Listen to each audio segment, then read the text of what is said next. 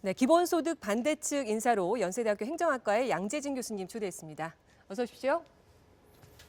네, 안녕하세요. 안녕하세요. 자리 네. 주시고요. 네. 네, 얼마 전에 이 복지의 원리라는 책을 출간하셨습니다. 예, 예. 기본소득과 복지국가 원리는 상충한다 이렇게 계속 주장을 하고 네. 계십니다. 기본소득, 이건 정말 말이 안 되는 이야기다. 어떤 점이 가장 그런 건가요?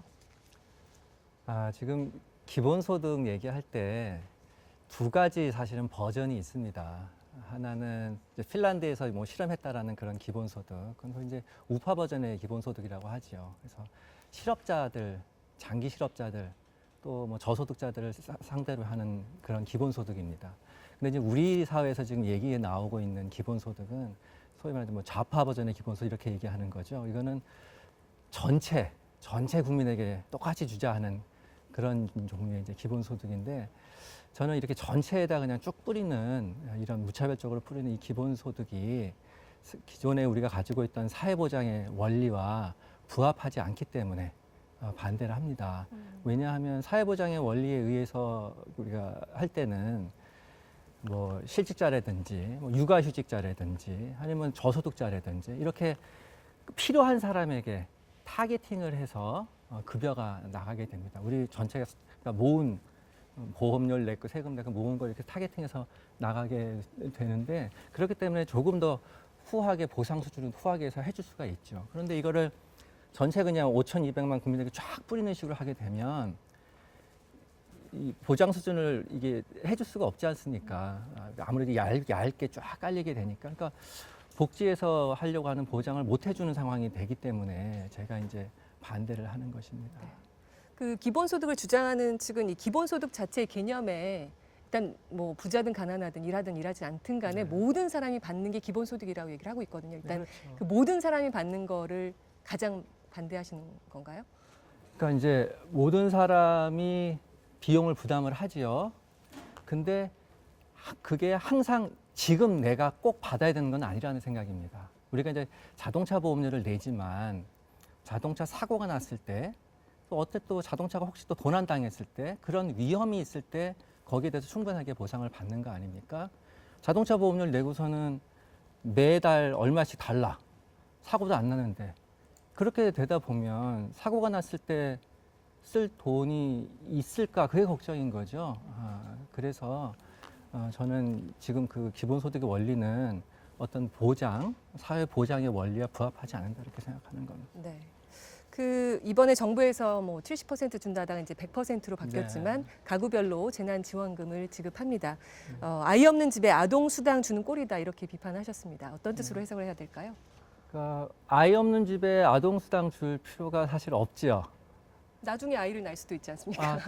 그러니까 나중에 아이 낳으면 주겠다라는 겁니다. 아이 낳지 않는데 그냥 줄 필요는 없고, 아이 낳지 않는데 주다 보면 5,200만원에 주다 보면 돈이 많이 들 거 아니니까.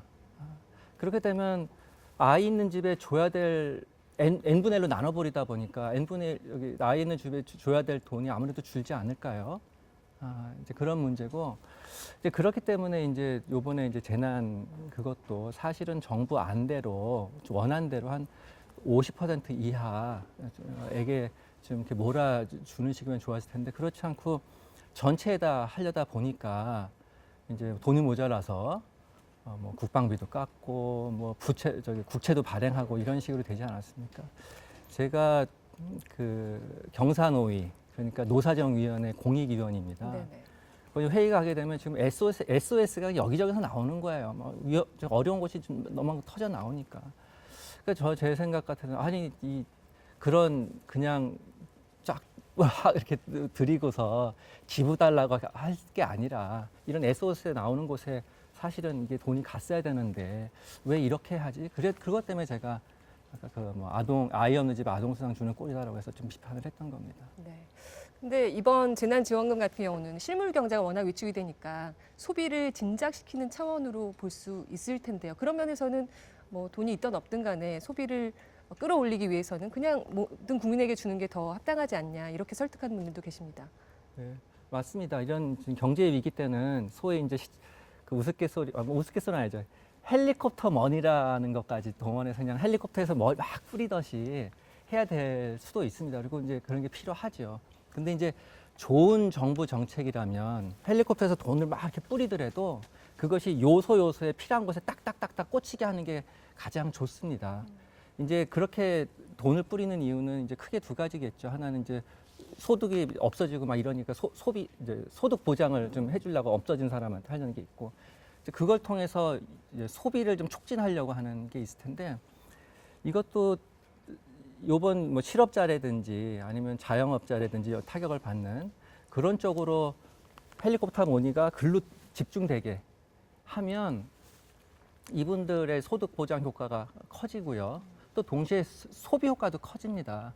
이제 그 한계 소비 성향이라는 게 있어요. 그러니까 한 단위의 소득이 증가했을 때 얼마만큼을 이 중에서 쓰게 될 것인가 라는 거 했을 때 저소득자들은 지금 막 갑자기 수입이 격감한 분들은 쓰고 싶어도 못 씁니다. 없으니까. 여기에 돈이 들어오면 있는 대로 다 쓰죠. 들어오는 대로 다 족족 쓰죠. 근데 이제 뭐 예를 들면 사회자님이나 저 같은 사람한테도 이제 이번에 돈이 온다는 거 아닙니까? 저는 근데 그 아동한테 주는 그 지원금을 받았거든요. 네. 열심히 쓰게 되던데요. 네, 그러니까 쓰게 되는데 쓰게 네. 되고 재난지원금도 받으면 쓸 겁니다. 네. 그런데 보통엔 이렇게 되죠.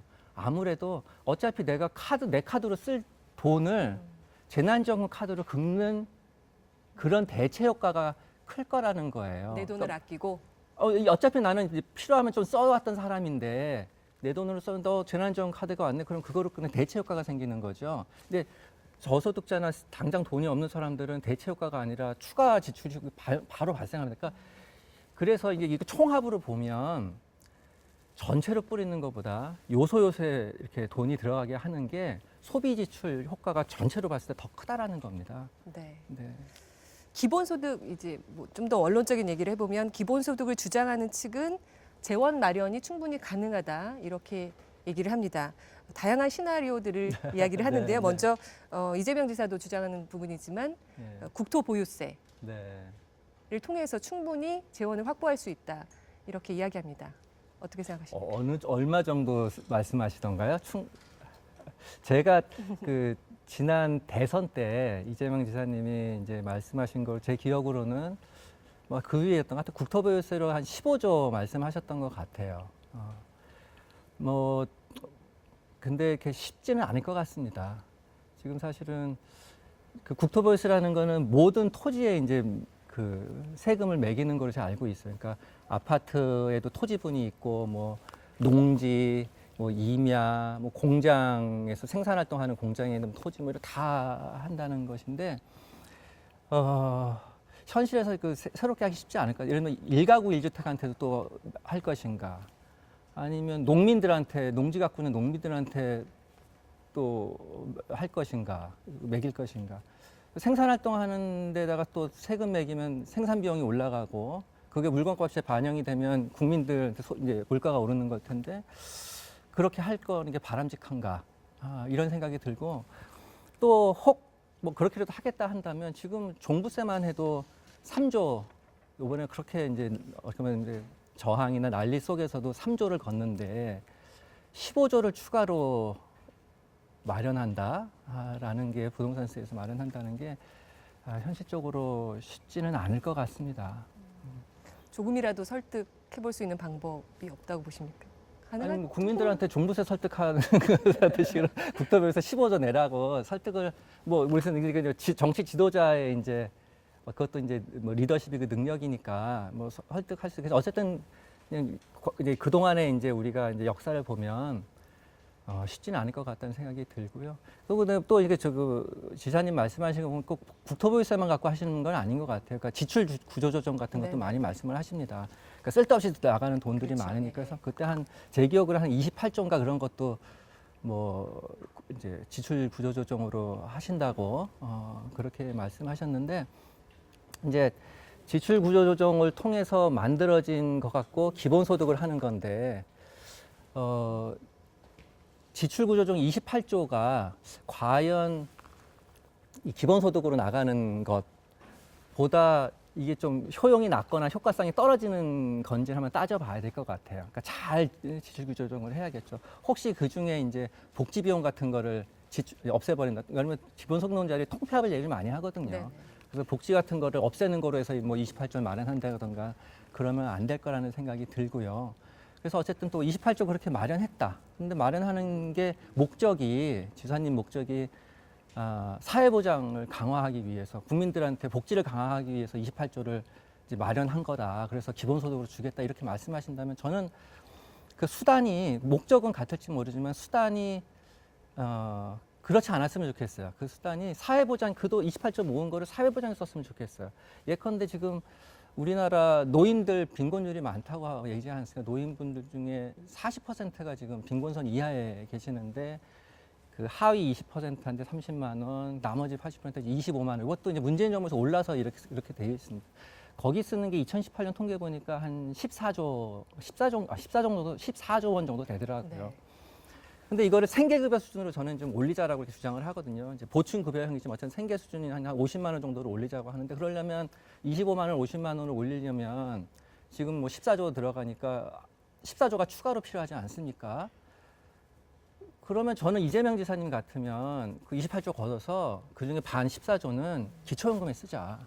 그러면 그 돈은 인상. 걷어도 되는 건가요? 그렇게 만약에 쓸 거면 충분히 설득할 수 있다고 보십니까? 그냥 저 같은 사람한테, 사회자님한테 돈 이렇게 주는 것보다는 노인분들, 지금 빈곤선 이하에 있는 노인분들한테 주는 게 저는 맞다고 생각하고, 국민들 입장에서 봐도 그런 식으로 지출 구조조정을 한다던가 혹은 그런 식으로 세금을 좀 거는다 그러면은 그거는 좀 인정해 주지 않으실까, 그런 생각을 합니다. 그런데 그렇게 쭉 나눠 갖는 식으로 하게 되면 그 효과가 아무래도 반감이 되니까요. 네, 그래서 어쨌든 뭐 걷고 복지하려는 건 좋은데 그 수단은 좀 더 한번 생각해 보셨으면 좋겠다는 그런 생각을 합니다. 네. 그 이재명 지사님께서 이제 국토보유세나 뭐 지출 구조조정 같은 거 해서 이제 전 국민 기본소득을 하시겠다고 하는데, 어디서 신문에서 보니까 1인당 한 50만 원씩 일단은 1년에 1인당 50만 원씩 기본소득을 지급하는 게 좋겠다. 그다음에 순차적으로 좀 늘려가자, 이런 말씀을 하시더라고요. 한 사람에 50만 원씩 5,200만 국민에게 주려면 26조 원이 필요합니다.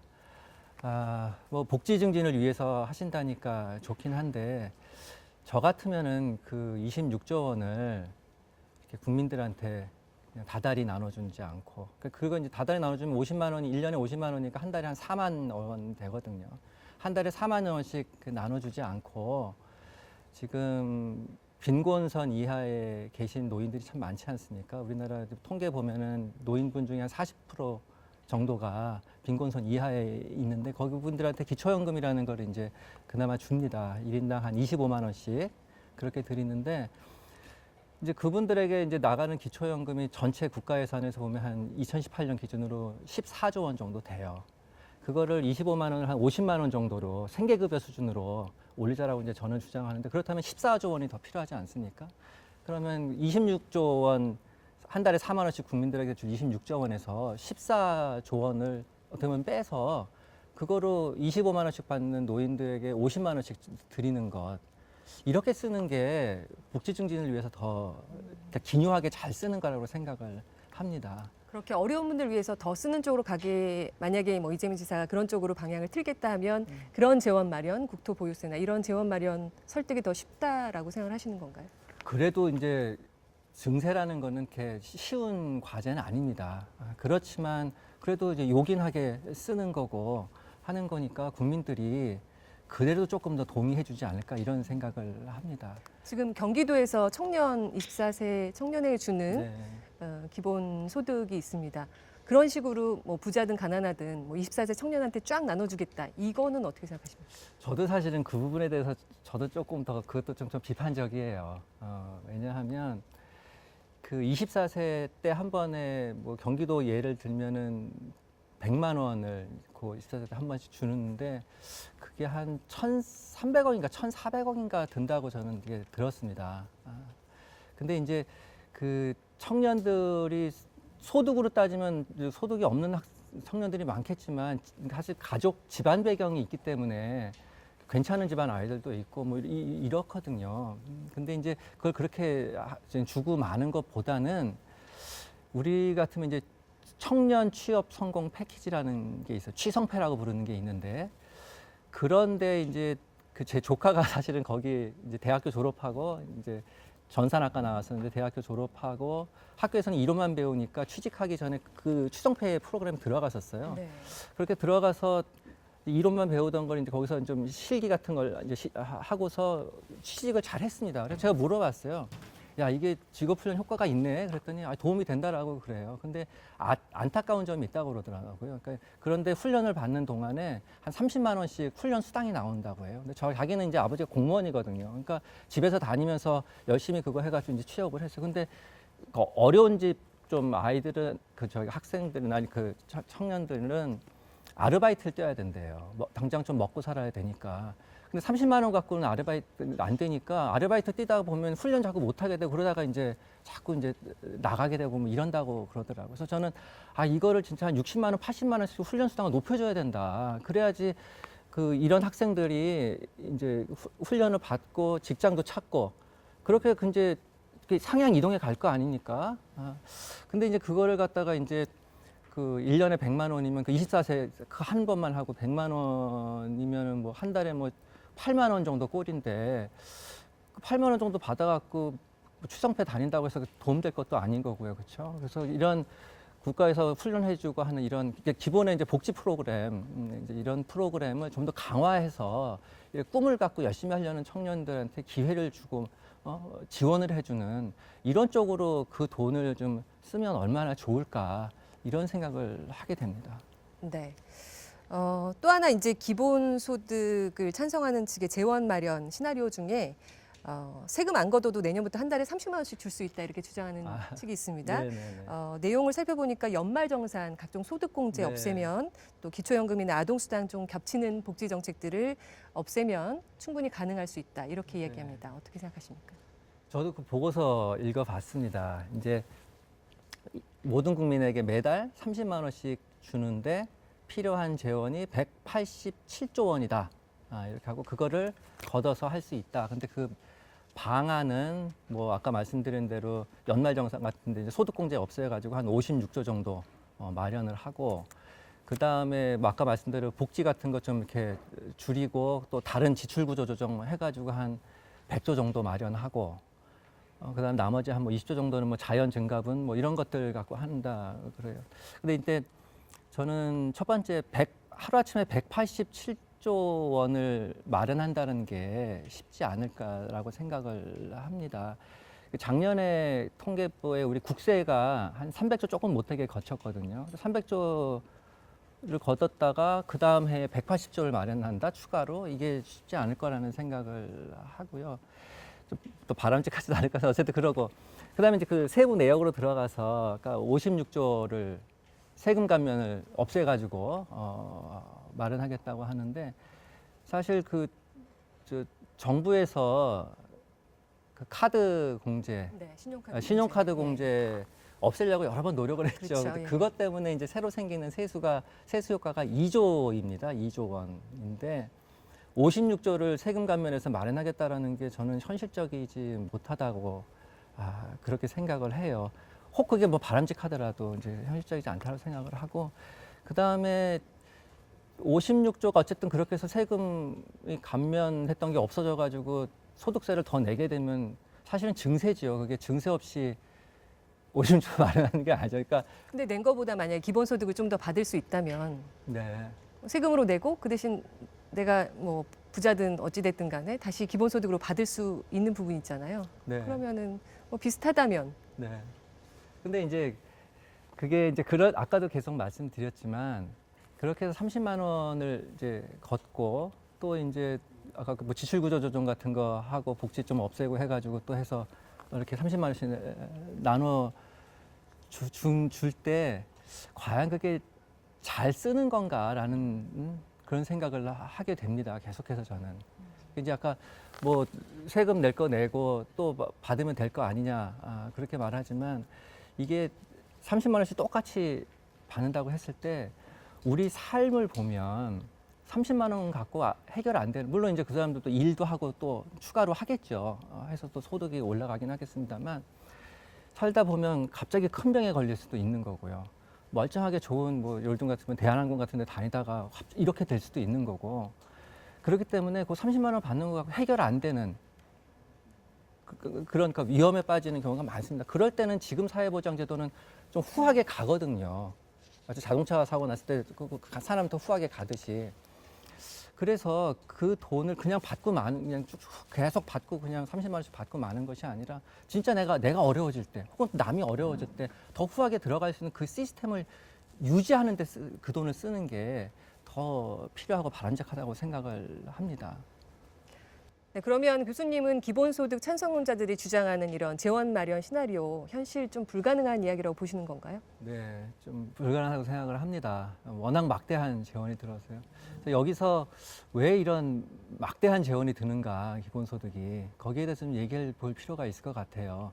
기본소득론자들이 주장하는 그 급여 지급은 전체 국민을 상대로 다 이렇게 어떻게 보면 무차별적으로 다 주는 거가 됩니다. 이제 그걸 보편주의라고 보통 얘기하면서 이렇게 얘기를 하는데, 보편주의에 대한 좀 잘못된 생각이 있어서 그런 것 같습니다. 우리가 이제 복지하는 사람들이 보편주의라고 하면 우리 무상급식 논쟁을 한번 생각하시면 좋을 것 같아요. 무상급식을 주는데, 학생에게 급식을 주는데 저소득 가정 아이에게만 주면 선별주의죠. 그런데 소득 수준 상관없이 학생들한테 다 급식해주면 그 보편주의적 급식이 되는 겁니다. 그런데 기본소득론자들은 왜 학생만 주냐, 전체 국민에게 급식을 줘라, 그래야 보편주의다 하는 얘기가 되는 거거든요. 그렇게 전체 국민에게 급식을 하려면은 엄청 돈이 많이 들겠죠. 그리고 돈이 많이 드니까 급식을 좋게 해줄 수가 없습니다. 이게 지금 기본소득의 딜레마라고 저는 생각을 합니다. 그렇습니다. 그래서 이제 다 하려다 보니까 돈이 너무 많이 든다. 퀄리티는 떨어진다. 그래서 이제 사회보장 원리에 맞게 욕구가 있는 사람에게 그냥 집중해서 다 하자. 그러나 꼭 뭐 소득을 따질 필요는 없다. 아동수당 그냥 또 아이들은 다 주자. 대신에 좀 높이 주자. 이게 보편주의에서 높게 주는 것. 이게 사회보장의 원리고, 돈은 확실히 좀 기본소득에 비하면 적게 드는 거다. 이렇게 말씀드릴 수 있겠습니다. 네. 교수님 말씀 들으면 그게 맞다고 생각이 드는데 네.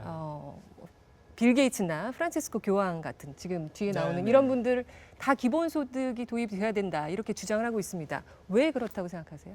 이제 그 말씀하시는 걸 잘 들어보면 이제 빌 게이츠도 그렇고 당장 전 국민에게 기본소득 해라 이런 얘기는 아니고요. 이제 미래에 이제 우리가 이제 뭐 AI든 뭐 자동화가 다 진전이 되고 그래서 진짜 일자리가 없어지는 사회가 된다면 기본소득이 할 수밖에 없겠다라는 이제 말씀이고. 그때도 동의 안 하시는 거예요, 교수님은? 그때는 가능하다고 이제 생각하시는 그때는 뭐 전체 국민에게 실업수당 주는 마음으로 줄 수밖에 없을 거라고 네. 생각을 합니다. 그러나 그런 미래가 빨리 올 수도 있는 거잖아요. 아니, 지금처럼. 그러니까 저는 네. 이제 그러면 그때 가서 하면 된다고 생각을 하는 거고요. 지금부터 그렇게 할 필요는 없다고 생각을 합니다. 물론 지금도 그런 변화 속에서 일자리의 양태가 변하고 있습니다. 거기에 이제 국가가 대응을 해야죠. 어떤 양태냐면 중간 중숙련, 중간 중임금 자리에 이런 제조업이 이제 자동화가 되면서 좀 줄어들고 있고, 상대적으로 위에 고임금 고숙련 일자리는 늘어나고 있습니다. 네. 또 저숙련 이쪽에 서비스업 쪽이 많이 늘어나고 있고요. 이쪽에 뭐 실리콘밸리라든지 판교 같은 거 보면 이제 고숙련 자리가 늘어나는 걸 우리가 알 수 있습니다. 이 변화하는 양태에 복지국가가 대응을 해야 된다라고 생각을 합니다. 기본소득 그냥 주는 거로 끝나는 것이 아니라 저소득자들이 여기서 많이 빠져나가는 게 있으면 사각지대를 메우기 위해서 그쪽에 집중해서 돈을 이제 복지를 해줘야겠죠. 이쪽 사각지대에 해주기 위해서 전체 국민에게 해줄 필요는 없다라는 얘기예요. 이렇게 해줘야 되는 것이고, 그 다음에 여기 중간에서 이렇게 밑으로 나고되기보다는 위로 올라갈 수 있도록 뭐 교육을 강화한다든지 훈련을 강화한다든지 해서 변화하는 노동시장의 수요에 국민들이 적응할 수 있게 그렇게 체제를 갖춰줘야 가야 된다고 생각을 합니다. 그냥 이런 걸 포기하고 기본소득 얼마씩 나눠주고 끝내자. 그거는 국가가 할 일이 아니라고 그렇게 생각을 합니다.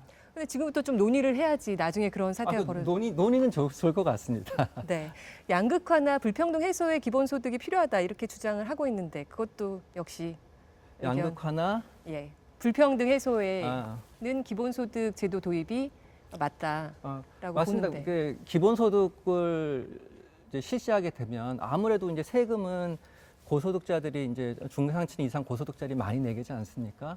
그거 가지고 기본소득을 해서 이렇게 밑으까지 이렇게 쭉 나눈다 그러면 아무래도 소득지급 효과가 나타날 겁니다. 양극화 해소도 될 겁니다. 그런데 그 양극화 해소 효과는 지금 사회보장제도가 더 큽니다.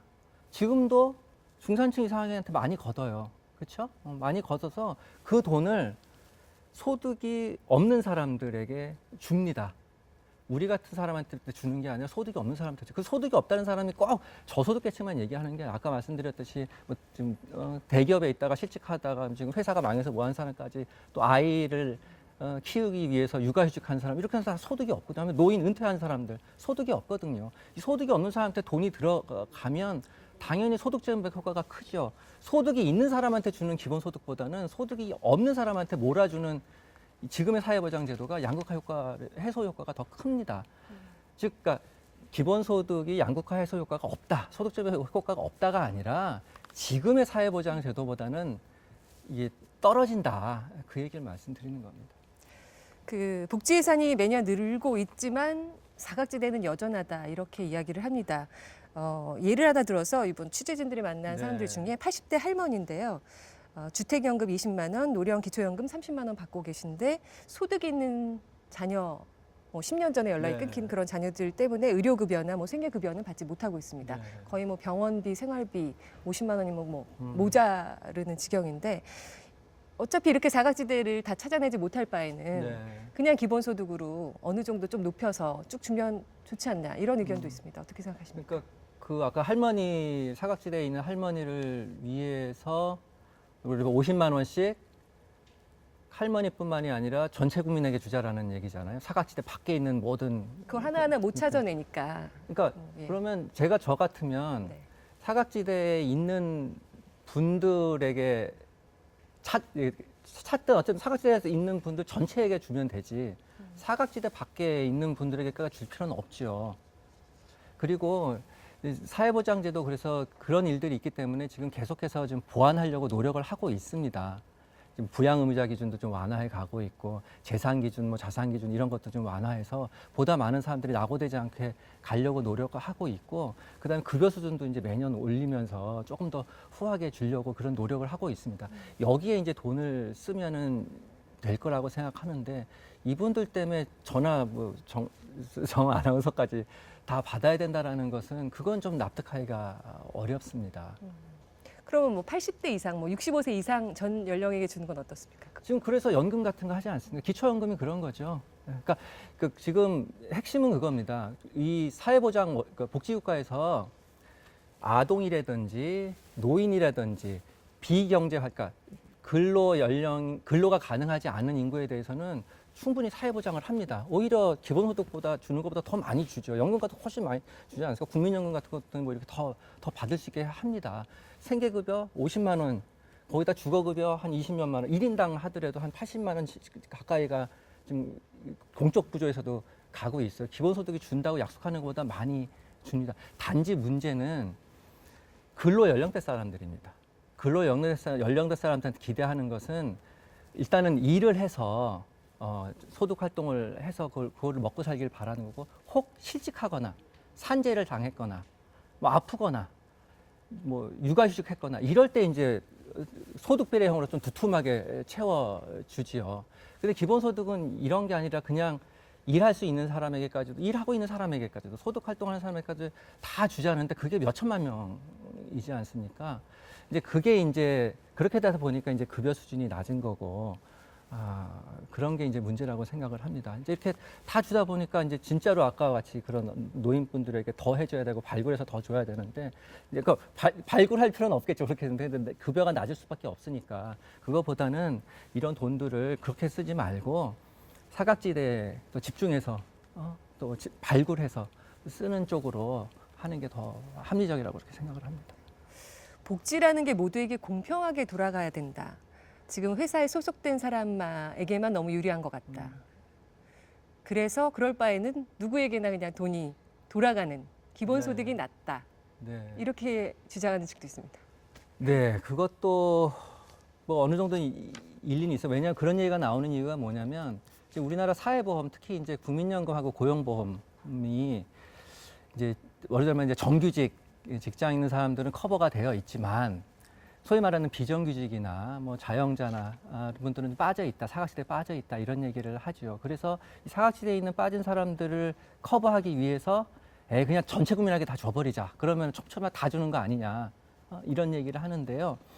근데 이게 사회보험으로도 해법이 있습니다. 그래서 지금 기본 우리 건강보험이 사회보험입니다. 근데 건강보험에 낙오돼 있는 사람이 있습니까? 없습니다. 지금 뭐 배민 라이더든 뭐 새 플랫폼 노동자든 자영업자든 건강보험이 다 포괄이 되고 있습니다. 그 이유는 직장가입자는 직장가입자로 이제 하고요. 나머지 분들에게는 인별 관리를 합니다. 그래서 보험료를 걷어내고 보험료를 낼 수 없는 사람들은 의료급여라고 그래가지고 일반 재정에서 그냥 돈으로 그냥 보험료 다 공짜로 다 나라에서 내줍니다. 그래서 가입을 시킵니다. 그다음에 본인 부담금까지 그런 분들에게는 국가에서 다 지원을 합니다. 이 형태로 고용보험을 하면 됩니다. 이제 그 고용에 빠져 있는 분들에게 뭐 제2의 고용보험을 하든 해서 국가에서 뭐 사용자처럼 보험료를 뭐 반을 부담하든지 뭐 이렇게 해서 이제 들어오게 하고 더 좋은 고용 그것마저도 낼 수 없는 사람들이 있다. 그러면은 그분들은 공적 부서에서 하죠. 우리나라 기초생활보장제도에서 하는 뭐 그런 식으로 해서 전체를 건강보험식으로 이제 커버할 수가 있기 때문에 그런 쪽에만 보험료 지원에 들어가고 뭐 이렇게 하는 것이 낫지. 이거를 그것 때문에 전체 국민에게 그냥 다 해야 된다라는 것은 대안으로서 지금의 사회보장 대안보다는 좀 많이 떨어진다 이렇게 생각을 합니다. 네. 마지막으로 사실 코로나19처럼 우리가 생각지도 못한 위기가 갑자기 닥치잖아요. 뭐 앞으로 우리가 뭐 준비한다고 미래가 한참 뒤에 오는 것도 아니고 갑자기 미래가 지금 현실이 될 수도 있는 그런 불안한 사회잖아요. 네. 그런데 이렇게 촘촘히 복지 체계를 만들어 놓는다 해서 우리가 정말로 그 위기들을 극복해낼 수 있을까 이런 의문을 가질 수밖에 없거든요. 완전히 다른 형태의 제도가 필요하다. 그러면서 기본소득이 필요하다. 이렇게 볼 수도 있을 것 같은데요. 그래서 저는 이번 코로나 경제 위기 같은 거 올 때 기존의 사회보장제도가 더 효과적으로 대처할 것 같은데요. 기본소득해서 아까 뭐 50만 원씩 준다 하더라도 그 300조 넘게 들어가는 거 아닙니까? 지금 우리나라 전체 의료까지 해서 모든 거 해도 204조, 205조 이렇게 복지비 지출하고 있는데 그거보다 많은 돈을 그냥 몇십만 원씩 이렇게 주고 만다. 뭐 50만 원씩 주고 만다. 지금 50만 원 갖고 이 코로나 위기 극복됩니까? 실업급여만 하더라도 지금 우리가 실업급여 낮은 데서 높여야 된다고 계속 주장을 하는데 최대 198만 원을 받을 수 있습니다. 9개월 동안. 50만 원 받는 것보다 198만 원 받는 게 낫죠. 그 다음에 이제 무급휴직, 유급휴가, 뭐 고용유지금이라든지 이런 게 다 사회보장 고용보험에서 다 나가거든요. 그러니까 고용이 유지되면서 월급의 70%를 받게 하는 것도 다 이제 그 사회보험에서 다 하고 하는데 이런 식으로 위기에 닥쳤을 때 힘들게 두두두둑 떨어지는 분들에게 그래도 최대한 급여를 좀 많이 주면서 가야지 그냥 다 뿌리다 보면은 이분들 진짜 어렵게 된 분들에게 해줄 수 있는 게 미약할 수밖에 없죠. 그래서 오히려 이런 위기를 대처하기 위해서도 사회보험 형식, 그러니까 기존의 사회보장 형식, 그게 보험료 형식이 됐던 조세 방식이 됐던 위기가 있고 어려운 사람한테 급여가 두둑 후하게 들어가는 이 방식이 더 바람직하다고 생각합니다. 물론 사각지대 같은 거 축소하는 노력들 그런 게 필요하고 사각지대 같은 거 축소가 좀 만약에 우리 저번 주 잘 안 됐다 그러면 재난지원금 같은 것을 꼭 굳이 선별하지 않더라도 뭐 중위소득 이하에게 쫙 좀 한다든지 이런 식으로 해서 보완에 들어가는 것 이게 필요하지 뭐 기본소득 갖고서 이걸 다 대체할 수는 없다고 생각을 합니다. 네, 지금까지 기본소득 반대 입장을 갖고 계신 연세대학교 행정학과 양재진 교수와 이야기 나눠봤습니다. 일단 여기까지 이야기 듣겠습니다. 네. 잠깐 기다려주시고 네. 좀 이따가 토론. 앉은 자리